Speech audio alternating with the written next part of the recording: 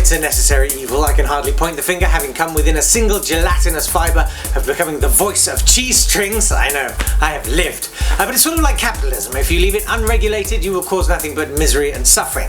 Whether it's selling deodorant by sexualising the horrific imagery of 9/11. Too soon, Links? No? Apparently not. Or simply throwing an irresistible amount of money at people deemed so hot right now. It seems nothing is sacred. Ah, yes, hello, Alexander Armstrong here. I'd like to take out an insurance policy. Insurance policy for what, sir? Overexposure. Overexposure? Yes, overexposure. Take my comedy partner Ben Miller, for example. He cherry-picks his projects, directing episodes of Saxondale and whatnot and doing the occasional prestige drama. And you're a comparative youngster, Chris. I think we can forgive you the occasional advert. But when you've done several adverts already, and you're doing national tours, and you have your own comedy series, and your own chat show, and you're doing a quiz show, you can look a bit... pointless? Yes, that's the name of the quiz show, but I was going to say overexposed. Now, the advert type I hate most of all is the one I call the better way advert, whereby someone, say, takes a scalpel, cuts a tendon out of their arm, and then threads it through a sheaf of papers while screaming in agony, and then a smarmy voiceover says, "There is a better way to fasten pieces of paper together. Staplers, available now from John Menzies." They do this execution over and over again. A simple task with a ridiculously convoluted way of doing it, and then there is a better way voiceover at the end.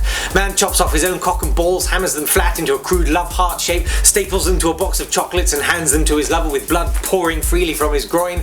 There is a better way to tell someone you love them. Flowers, all the while implying that you, the viewer, may well be stupid enough to have been trying to do it that ridiculous way all along.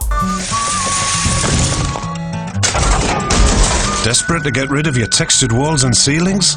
There is a better way. Yeah, why not plaster over the cracks in your crappy so-called creative while you're at it?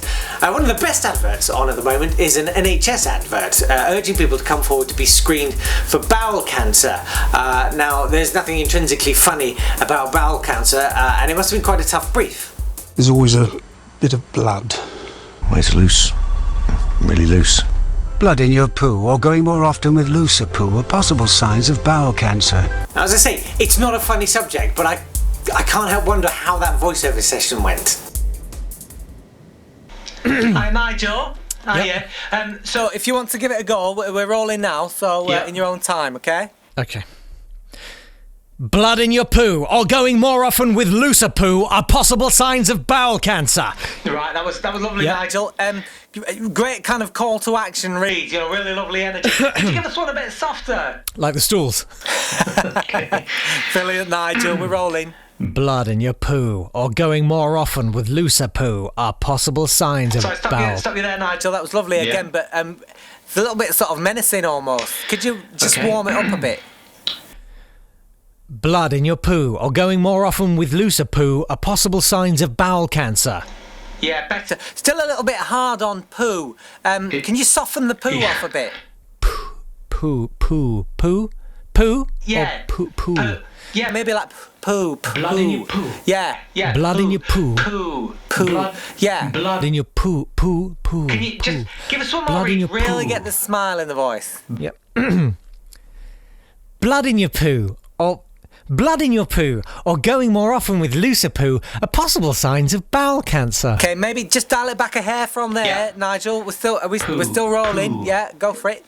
Blood in your poo, or going more often with looser poo, are possible signs of bowel cancer. Super, Nigel. It's in the bag. Of course, TV adverts are so pervasive with their sexy, glossy footage that people who work in TV program development are constantly looking for ways to use them to raise the production standard of their own shows.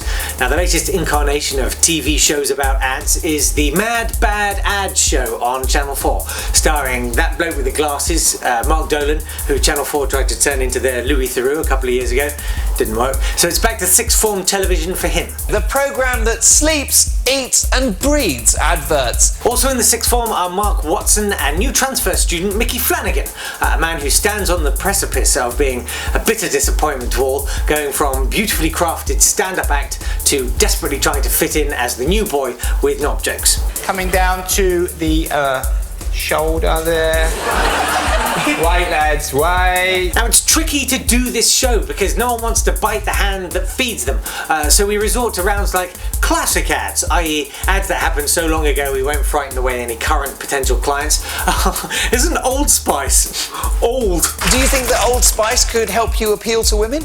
It depends if I'm after women that want someone who smells like their grandfather, I suppose, because that's essentially what Overexposed does. And in fact, we don't even bother to attempt to satirise the adverts, with the audience and panellists politely applauding adverts for John West.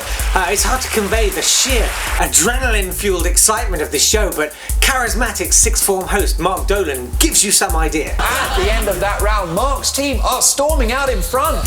Yes, storming out in front by one off-the-hook, pure insanity, extreme nitroglycerin rocket-boosted point. And so we descend into lads mag territory as body models are brought on and the team captains are asked to guess which part was used in an advert. Does anything stand out so far? Only my cock at the moment. You were on Radio 4, Mickey! I'm really going to steer clear of the vagina, if you don't mind. Yeah, because as we all know, there's nothing funny about vaginas. Knobs are really funny, but vaginas, I mean, the teeth alone are frightening enough. And so on we trudge. Mark and Mickey are asked to create ad campaigns both for and against smoking. Brilliant. A strand which really just turns into one of those funny see how desperate struggling actors are features. Would you be prepared to actually become a smoker for the purposes of this? Yes, I would. That's the spirit. You know, we could laugh at that actor for compromising himself for money, but at the same time, what are Mark and Mickey doing? It's the same thing, it's a different pay scale. Ironically, they might feel slightly less dirty inside if all they were doing was having a snout or two, instead of fronting this meaningless, witless, directionless, dynamicless, not even a word, pointless little show. Let's have a fag. Yeah, let's. After a slow fire round at the end, this 45-minute long parade of predictable tits, poos, willies and bums jokes grinds to a halt, and frankly, we could all use a break.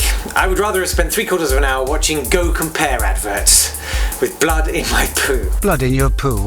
See you next time.